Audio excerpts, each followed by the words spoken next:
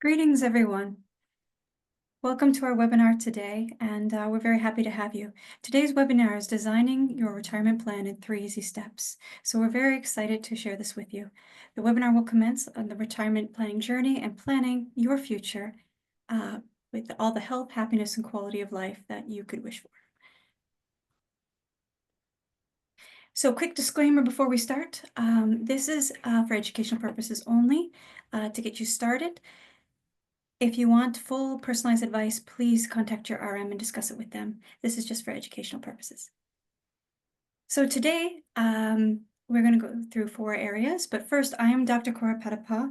I'm the Global Senior Financial Planning Manager at HSBC Wealth and Private Banking. I reside here in London, and I'm so excited to have Cassandra Choi with me as well. She's one of the esteemed Associate Director of Premier Insurance Specialist at HSBC Bank, and she's very in demand, and we're very excited to get her time today.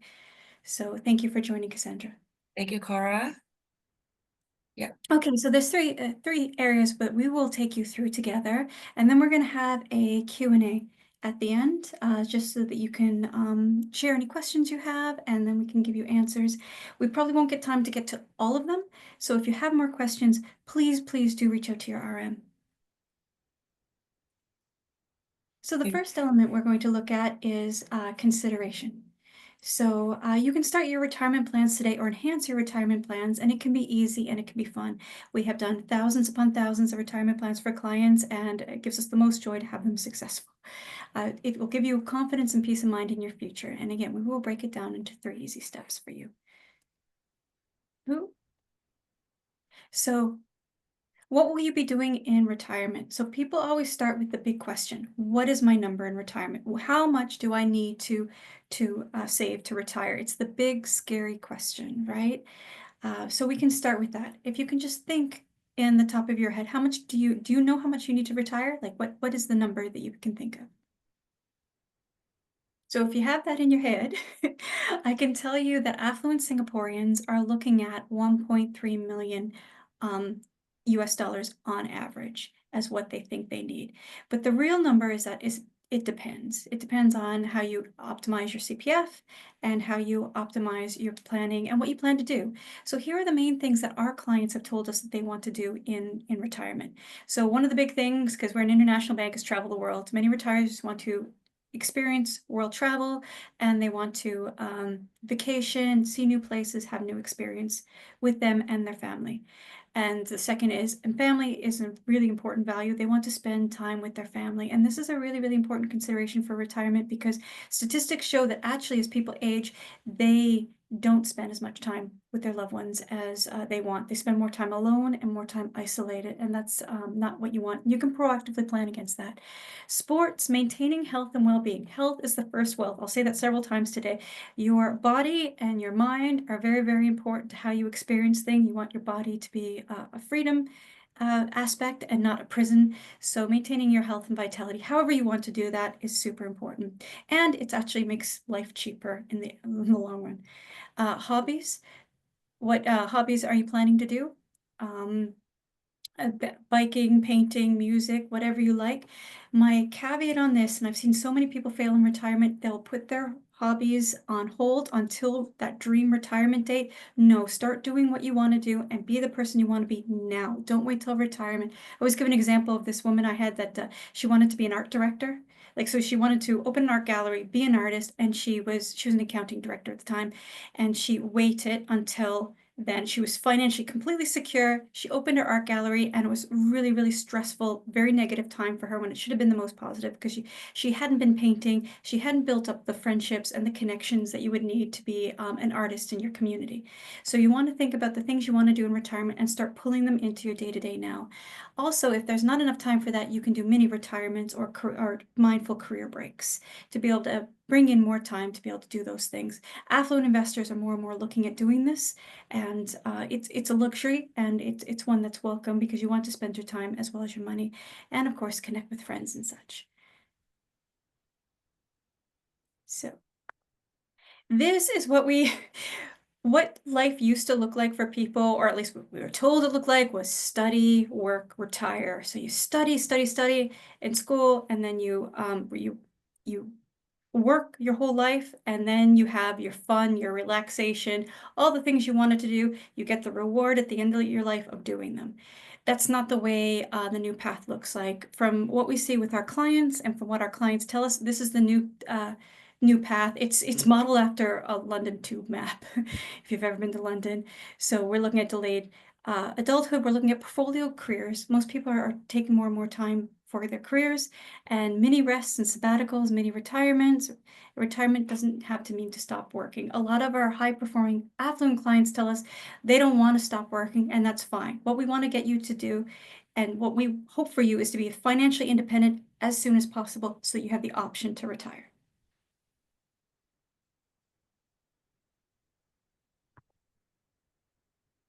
So you need to understand the retirement phasing so that you can plan optimally. So this mountain represents your net worth. So as you age, if you're the average, no one's really average when you look at them, but if you look at the average, your net worth will increase as you retire, and then it decreases. And then you have all these wonderful goals. You want to manage and grow your wealth. You want property purchase. If you have children, you want to send them off maybe for an education. You want to do risk management plan, emergency plans, all these other contradicting goals. So what we found is that retirement is the #1 long-term goal, but short-term, there's other competing priorities that everyone has because everyone has a wonderfully full life. So how do you manage the long-term and the short-term at the same time? There are trade-offs, and we want to ensure that the wealth serves the purpose you want it to, and it's optimized for your quality life and whatever goals you want. So the biggest challenges and barriers we see for retirement from our clients are these. Health, health, health is #1. It's always #1. Health is your first wealth. You want to make sure you're, again, maintaining your physical and your mental health and spiritual health as well. Inflation, eroding value in retirement savings is the second, and healthcare costs and saving money and comfortable retirement and cognitive decline. These are what our clients tell us our affluent clients tell us are our most important key concerns. And our RMs can help assist with the financial aspects of these and some auxiliary aspects of the other ones. So now that we've looked at the high-level considerations, let's delve into the planning process, shall we? So we talk about being at HSBC being a power planner and basically having all your ducks in the row in the checklists. But you want to make sure you have your objective and again, for planning for retirement, you probably want to do wealth accumulation and maintain other incomes as well. The questions that you have to ask yourself and the questions your RM will go through you when you have a meeting with them for their retirement plan, for your retirement plan, is how much have I saved or investment for retirement? Other than my CPF, which is good, what am I using to complement that? Am I earmarking that, or is that just competing against the other goals in my life? When do I expect to retire? The average age we're seeing is 62, 65 to 67 are the state retirement ages. So when do you want to retire? And sometimes you have to consider health issues too, because if you have health issues, you may want to retire sooner than expected. And that happens a lot, especially in the US. They're retiring 5 years earlier than expected because of that. How much monthly income do I need during retirement? Our affluent investors tell us they want $14,000 on average. But again, it depends on your circumstances, your lifestyle, everything you're going on. Everyone's number is different. Am I saving enough? So we can look at your saving strategy and, of course, your asset mix. So these are the 5 main questions that you need to consider. You also want to consider large expenses. What I've noticed, clients don't realize that they'll have things happen to them after retirement, after financial freedom. Like you'll need to replace your roof, you'll want to go on a big family vacation, you'll need to buy a new car. So you have to consider those aspects as well. And asset allocation, making sure your money is working optimally for you in the products you select and the products you go forward. Now, again, this is for educational purposes, not advice. So this is something I recommend you delve into with your RM. So if we combine all of that together and we get to your number and we have tools that you can utilize on your mobile phone, on PWS, and of course with your RM to get to this number and create your retirement plan, All the retirement investment projections are just that. I want to give this a caveat. And many of you may already know this, but they're just projections. And it's just like playing darts on a dartboard or archery. The further away you are from the target, the more error there's going to be, right? So if you're 3 feet in front of a dartboard, I could probably do that, hit the target. If I'm 40 feet away, I probably won't even hit the dartboard, right? So because the projections, and no matter how good the project, because they're based on financial science, but there's a lot of unknowns that happen, so you want to keep up with it. The industry standard is a minimum of 5 years if you're far away from retirement, but annually, if you're doing a financial checkup on yourself anyway, I'd recommend looking at your numbers annually and seeing what's changed and factoring that in so you can course correct, because you can't predict what you're going to be doing with your 40-year-old, like what yourself is going to be doing in 40 years. It's just too difficult. And the factors to consider: lifestyle. Lifestyle is important, right? And we've seen clients either hoard their money or they overspend their money. I don't know which category you would fit into, but most people don't optimally use your money. What we want you to do is optimally utilize your money over your lifespan so you have the maximum quality of life and the target legacy that you want for your family and for whatever goals you want. We want to make sure both of those are handled. So we don't want you to hoard or overspend, because that leads to anxiety in clients. We've seen it so much. Tax rate's important, maybe not so much for Singapore, luckily. Inflation rate, huge concern. Savings rate and current and projected. And then other things like mortgage, education, family vacation, healthcare expenses, and all the other things that you can factor in.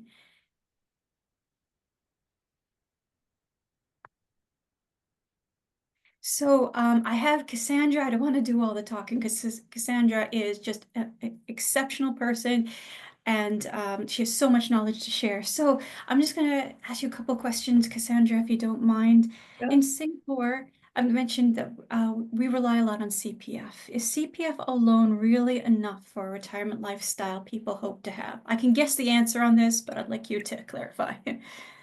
Well, Cora, to answer your question, it actually might not be very sufficient, as our standard of living and the way of life enhance with the passing of time, and the lifestyle that we look to maintain or even enjoy will essentially cost more. So in Mhm. addition, as we enter retirement with age, the myriad of expenses that we might encounter could be exponential.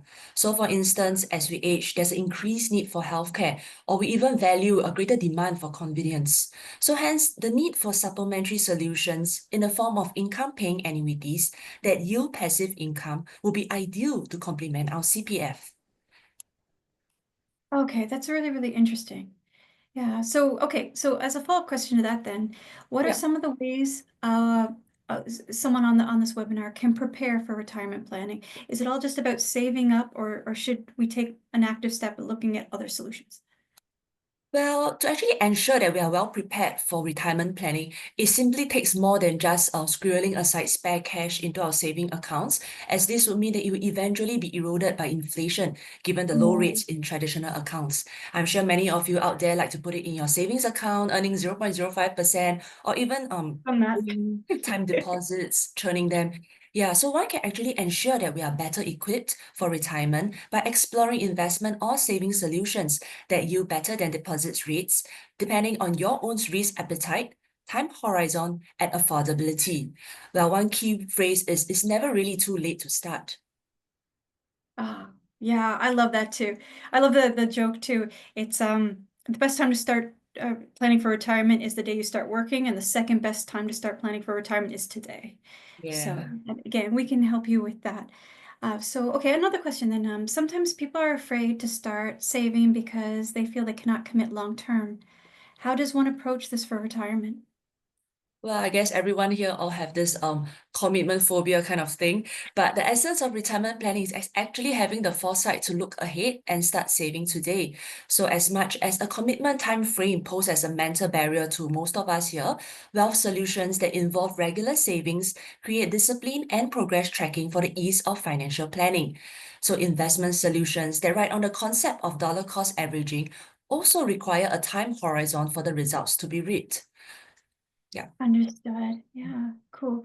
So besides retirement planning, then what should one consider when planning for the future? Well, in the scope of financial planning, there are usually five facets of solutions. So ranging from protection cover to education savings to wealth accumulation to retirement income generation, and last but not least, estate and legacy planning.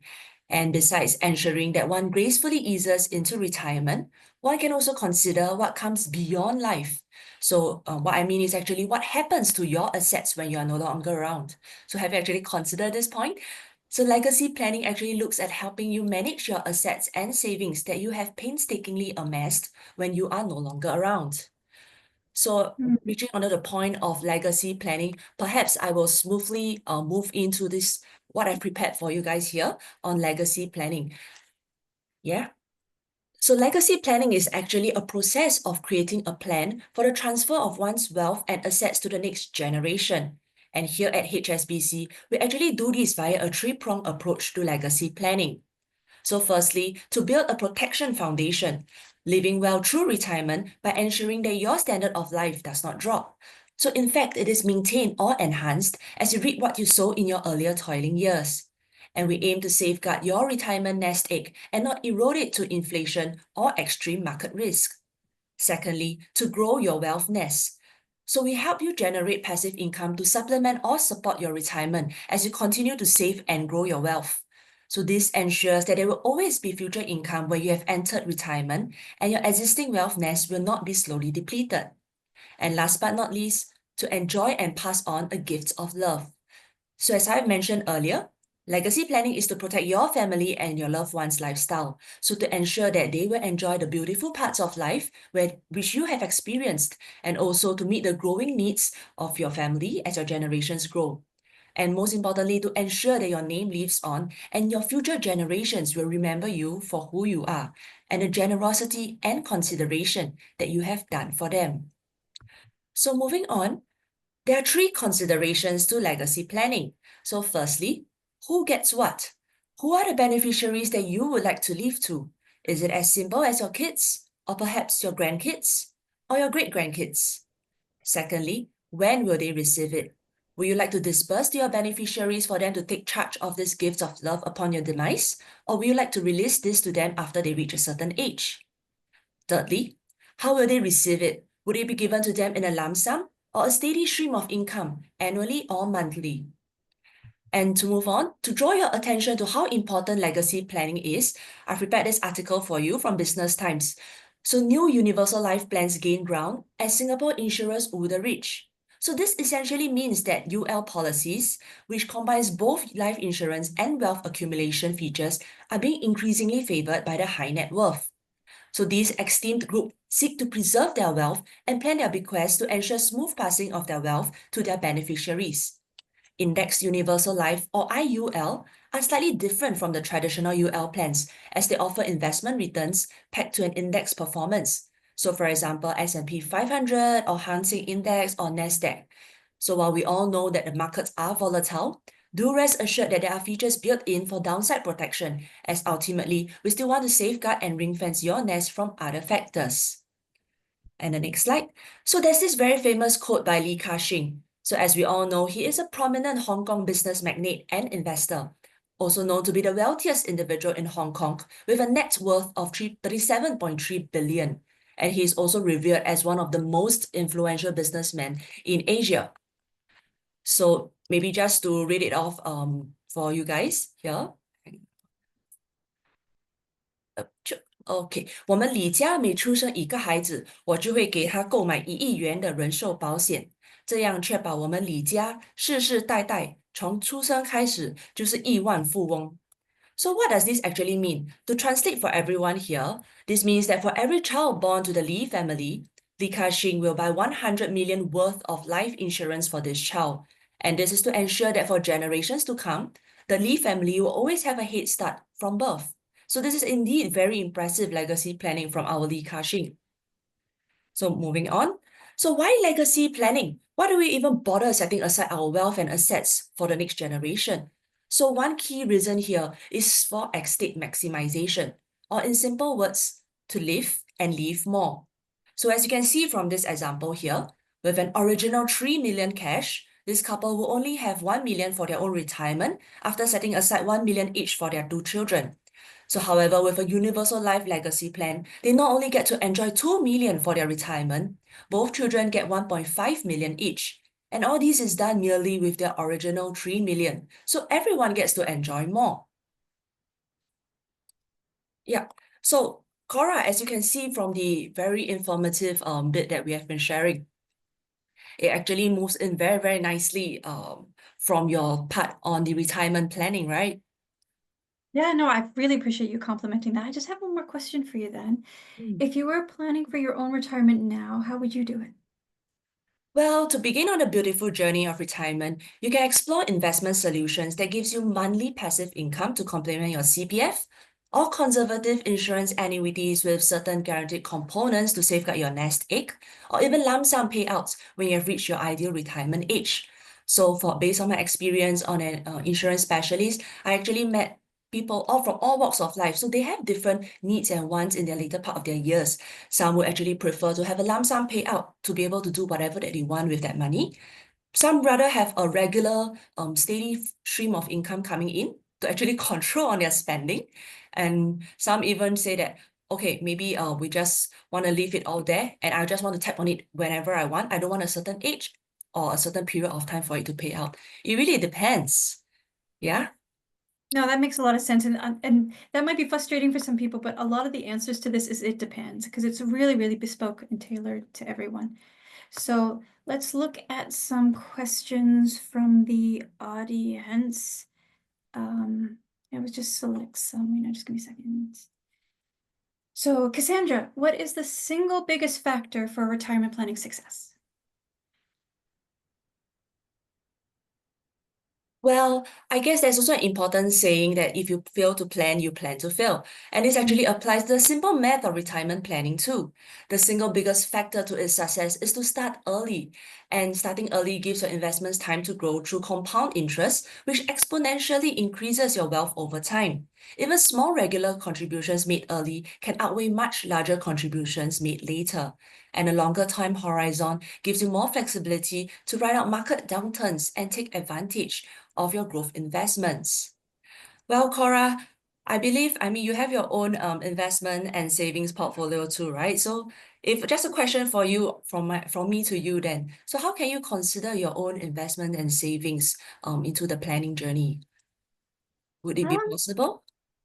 Oh yeah, yeah, and it's my passion, right? Definitely. We embark on a journey of retirement planning. We do holistic assessment of the current portfolio, and I do this for myself as well. I mean, I like to do what I preach, right? So I look at the current portfolio, my retirement goal. This helps to determine my target retirement fund size and to match my current assets with my future needs. For me personally, it hasn't changed that much over the years, except when I moved from Canada to the UK. That kind of blew up my financial plan and we had to reassess that. So if you move, then you might want to talk to your RM in your new country about reassessing those needs. So, because in doing so, we identify the gaps and the overlaps that your current portfolio has. Can be well diversified, but we want to make sure you have the appropriate risk exposure. It's very, very important for your optimal success in your retirement for your age and the accounts. And of course, factoring in inflation and quality of cost of living. Does Well, that thank answer you, the question? Cora. Yeah, that's very informative and thanks for the useful insights. So, but it still all seems very, very complex. Can you possibly simplify it further for us? Oh, complex. So it's a map where you are, where you want to be, right? So there will be a gap. So it's what we're doing with our retirement planning is always how do we fill that gap? Now, sometimes you might come to the happy conclusion that you're overfunded. And if you're overfunded, that's a happy conversation because you can talk about gifting more to your family. You can talk about like spending more to your retirement, retiring early. So those are happy conversations. But otherwise, you want to incrementally close the gap. If you have a large gap right now, don't worry about it. Again, you just want to narrow it. And as you focus on it and things change in your life, you'll get to the point where you want to be. It can be daunting if you're starting out or if you've had a big life change for some reason. So if I have another question for you, Cassandra, from the audience. What is the biggest planning failure you have seen? Or the Uh, biggest planning failure? Yeah, yeah, that's what it says. yeah, I mean, the biggest planning failure, I guess, like what I've shared just now, is probably to start early. Yeah. So if if you do not wish to start early, then that is one of the ways that we actually have we actually see the pitfall, because by starting late, you actually lose out on the time factor. So perhaps maybe I can just pose the last question from the audience for you, Cora. So what if like myself or my spouse never want to retire ever?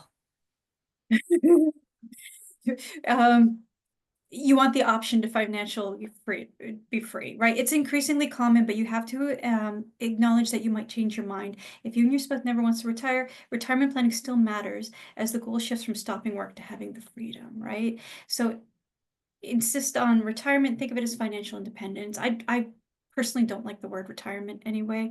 It's not a great word. And you don't want to I've had people come to me at 67 say, okay, I'm ready to start retirement planning. And you know what? I could do nothing for them, right? You want to increase your options. So even if you never retire and you have all these beautiful assets and you put it to something else, that's not the worst problem in the world. This means that your retirement planning should still cover your living expenses without depending on work, right? And that option not to have to work is such a sweet feeling. When you work by choice, it's not work anymore, it becomes play. And that's a beautiful place we want all our clients to be in. I see, I see. Yeah, that is indeed what is happening now. Yeah. Do you want to? We have 4 minutes left. Do you want to take one more question? Stay period. Let me just look at the ones from the ground. I think we're good. There's some, if it's product questions or product orientated or even CPF structure orientated, those are questions better to pose for your RM. So we really, really encourage you to reach out to Cassandra or your RM and have that conversation, because it's hard to do in this circumstance, almost impossible, to be honest. But we really, really appreciate your time and everything. Thank you for coming. We really appreciate your time. We hope you've learned something. We hope this has ignited something into you and you're all motivated to really, map out and design the life that you want and that you deserve. And Cassandra, thank you for being here. Any closing comments? Thank you, Cora. Now, basically, what we have shared with you is a very generic one on the retirement planning as well as legacy planning. I do see a couple of very product specific questions from the ground, but as we have mentioned by Cora earlier, do feel free to reach out to your relationship managers and myself as an insurance specialist, and we will be more than happy to set an appointment and answer your queries too. Yeah. Thank you. And thank you, everyone. Have a great evening. Thank you.